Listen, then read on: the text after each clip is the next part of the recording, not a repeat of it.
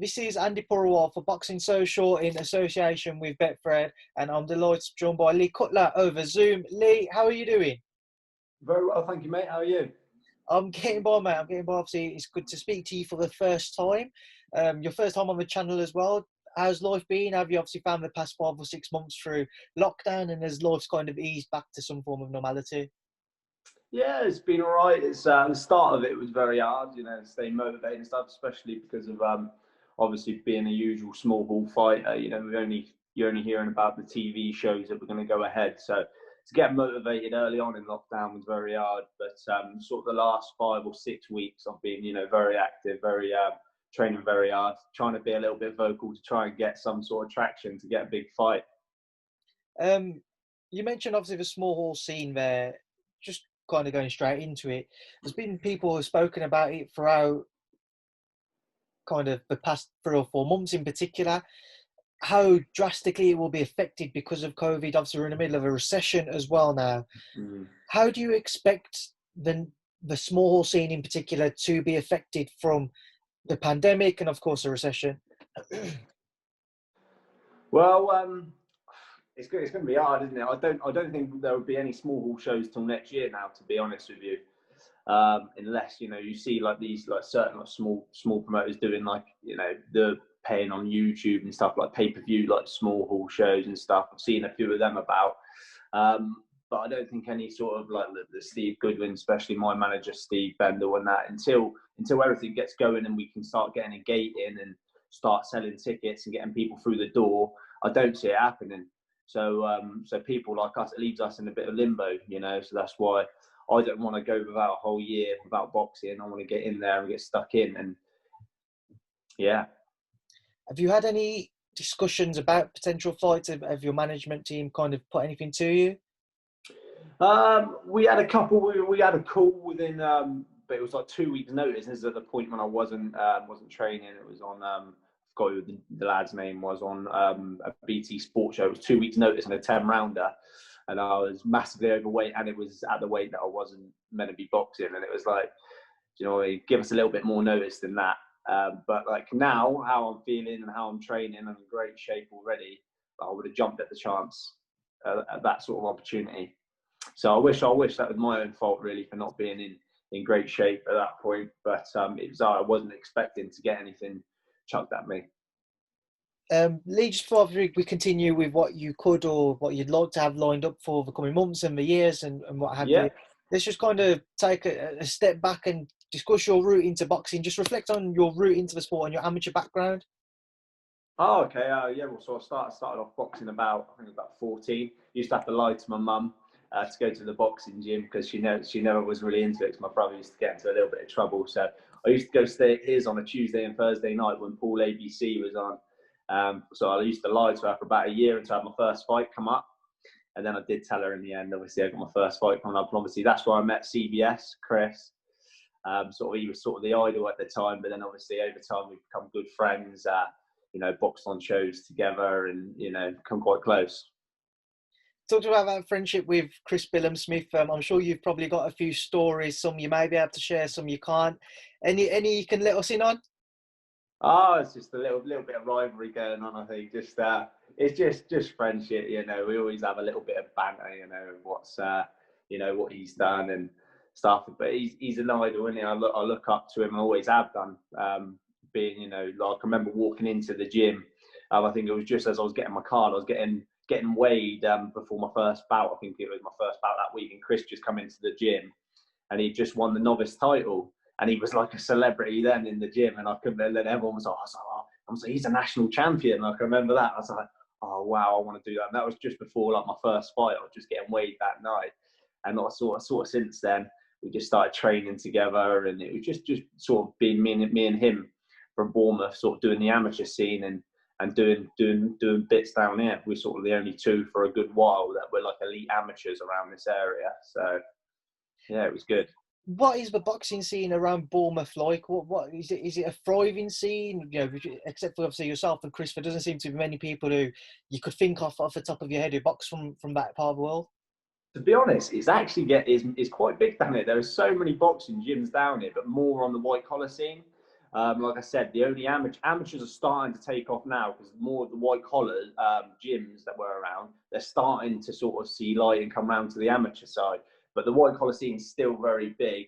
But obviously, I think me and Chris, well, Chris started it. Then it was like me and Chris, it was seen as, and when we were at Pool ABC for a bit, and then also I moved on to Parkstone, as you can see here. When Chris left and went professional, I sort of moved with my actual eventual coach because I knew he had his pro badges. So I thought I'd go do one more year with him in his new club, which he started up. I had the first bout for them. And then, so then I always knew I wanted to go pro after that.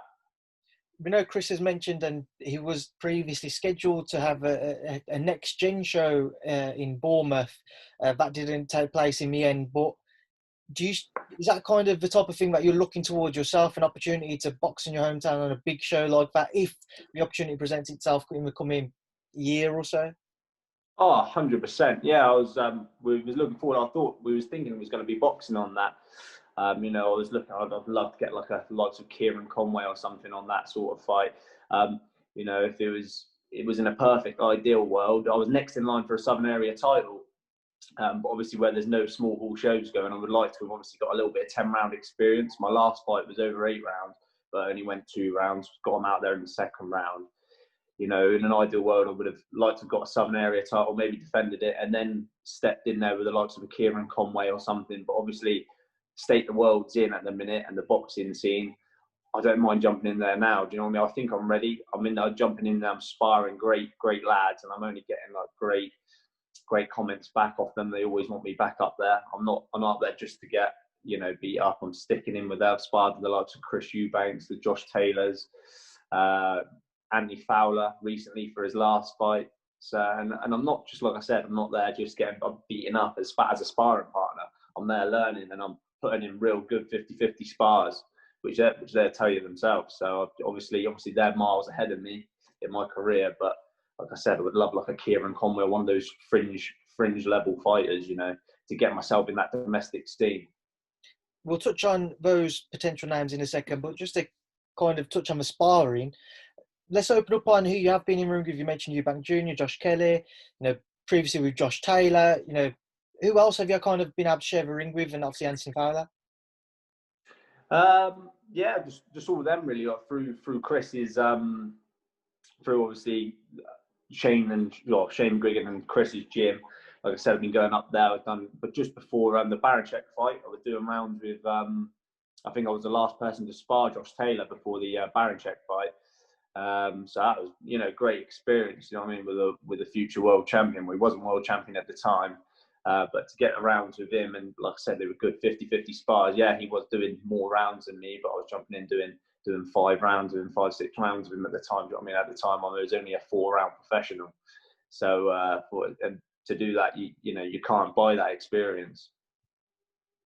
Who's been the trickiest, or certainly the toughest man to work out in sparring? Obviously, a variety of names you've put forward there with all different skill sets. Who in particular is the one which, when you get in the ring with, you think, right, I've really got my work cut out for me today? Oh yeah, Ted Cheeseman is another one I've sparred. Obviously, Felix Cash I've been in there with.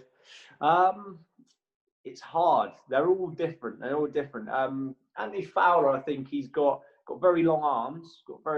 And hits quite hard.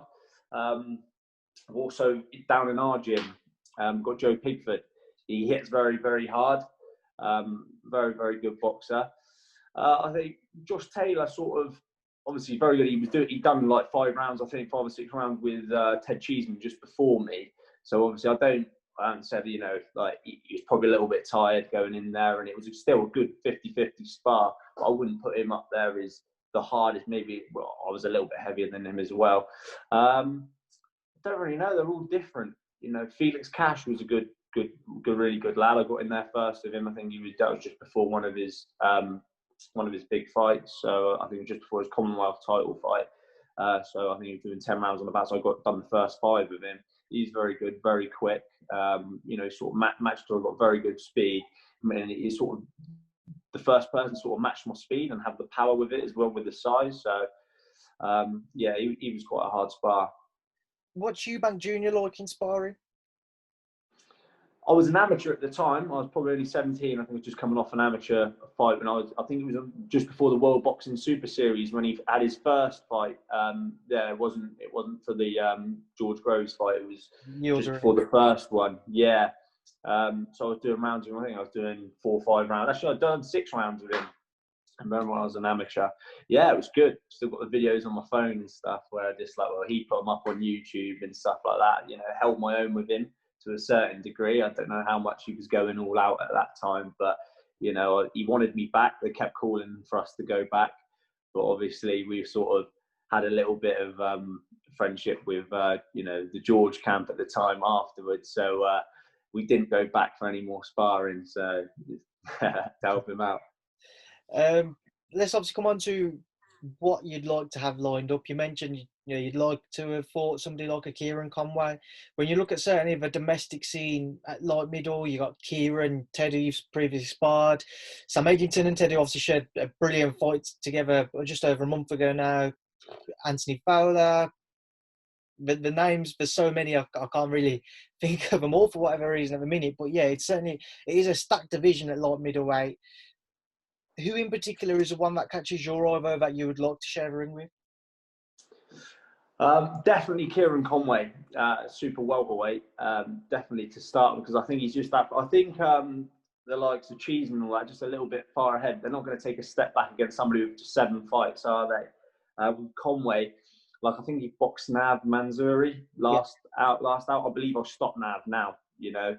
I think it'll be a great fight between me and Conway. I'm not saying he's an easy fight or anything like that. I believe it'll be a great, because he's a big lad for the weight. But I just don't think he's strong enough for me. I think I will, come on late, and it'll be a great fight. And I'd love that on a next gen show, especially on a show that Chris is doing down here. That'd be great. Are you always kind of badgering Chris whenever you hear about him kind of headlining a show? Just have a word with Eddie for me. Yeah, all the time. But I know obviously Eddie's got some, loads and loads of fighters. He's got all over the shop. So it's hard. I know my opportunity will come. I'm sort of in that no man's land at the minute where I'm at 7 fights. I would still like I said, in an ideal world, I'd love a little bit more experience. But, I don't know if that's going to happen now with not having any next gen shows. So, like I said, if they can't fly any opponents in and they want a British opponent for like a Conway, I'm here, I'm ready. Do you know what I mean? I'd love that opportunity. How difficult is it to get the right opportunity when you are just kind of trying to break into that new mold of people kind of saying your name in and amongst the Cheesemans, the Eggingtons, because you're just waiting for that opportunity effectively? How difficult is it for that opportunity to arise without one of the big UK promoters behind you? It is hard, especially if you're doing well against lads. Like I've got quite high. I'm ranked as a middleweight at the minute because I've only boxed at middleweight because all my weigh-ins have been on the day. So I'm ranked as a middleweight. I'm the youngest in the rankings and the highest at that. I think I was up check this morning. I was 18th. I'm the youngest, and I've had the least amount of fights. It's because the way I'm sort of getting rid of my opponents. So people look at you, like, because if you haven't got a massive name, they look at you and think, well, that's a dangerous fight. We don't know too much about him. Haven't watched him. I haven't got much on the internet of me, just apart from me Instagram and that. So people look at you and think, oh, that's a bit of a dangerous fight, considering he hasn't got a big name behind him.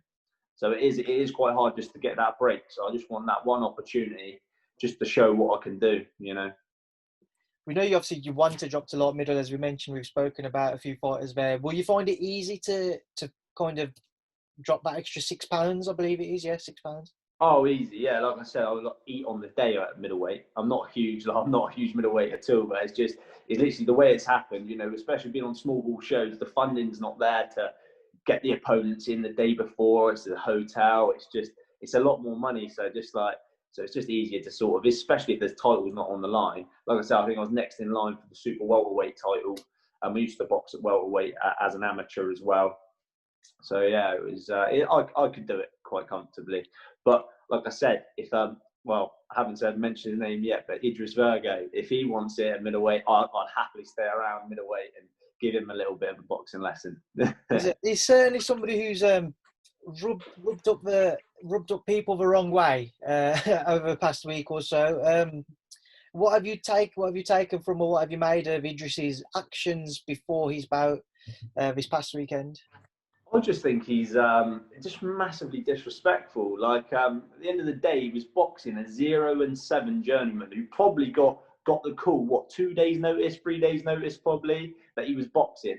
The bloke was saying in this interview that he was just doing it for his family. He respects every boxer for getting in the ring. He wasn't saying anything bad, and then he gets up and gets a bottle of water in his face. Do you know what I mean? He's 0-7. He's a journeyman. He's doing it for his family.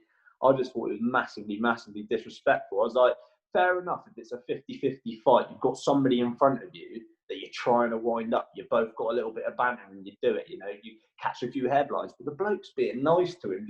He's just there to get a payday at the end of the day, and he's getting a bottle of water in his face. And I just thought, I think it's just a little bit shitbaggish, really. Like, he wouldn't do it. Sorry for swearing. That's right. Yeah, he wouldn't do it if there was a 50. I don't believe he would have the bottle to do it if he had a 50-50 fight in front of him. You know, a serious 50-50 fight. But because he knew he was going to win, he was acting like he was like a world champion sat in front of him. It was just pathetic, really. And that's why the whole boxing, I've got online, on Twitter, it's all going off. I've chucked a few jabs at him. He's given me something back, but I think I'm in good stead to have that fight with him, because I'm not a huge name in that at the minute. Like, I've like now John Dock and that's all been asking, but he ain't going to go anywhere near the likes of John Doherty. Like, what is he, a Commonwealth Games medalist? He ain't going to go near him. Brad Pauls, I've seen he's put 100 grand on the table for if he beats him and stuff like that. And Brad Pauls got 14-0, got quite a few knockouts. He probably ain't going to go anywhere near him. Like, I've got the same amount of wins as him. You know, I'm a lot lighter than him. I'm a small middleweight. I'll box him at super middleweight if he wants to. I'll just be fat. But, you know, I'm confident I'll get him out there in about 2-3 rounds. So, yeah. Just moving forward, obviously we've seen boxing's return over the past month and a half. What have you made of the shows? And just start off one which I'm sure you'd have certainly taken a keen eye to, Eggington Cheeseman, as it would be at light middle. Sorry, say that again. Just obviously we've seen boxing's return over the past month and a half. What have you made of the shows that have returned, and one fight in particular, Eggington Cheeseman, that I'm sure you'd have had a close eye on? Oh yeah, great, unbelievable! Like, I'd love to see that rematch with Eggington and Cheeseman. Obviously, Eddie Hearn's back garden, the Matchroom HQ. All the fights have been great on there. To be fair, he really has done well with bringing boxing back, and it's sort of, you know, got it back in the limelight again. And even though they're just all sort of like, all the fighters, like, they're not household names apart from obviously the last show he done, they're all just great fights. And it's just, you know, it's great for boxing to get in the net, all the names out there. I think everyone's profile has risen from that.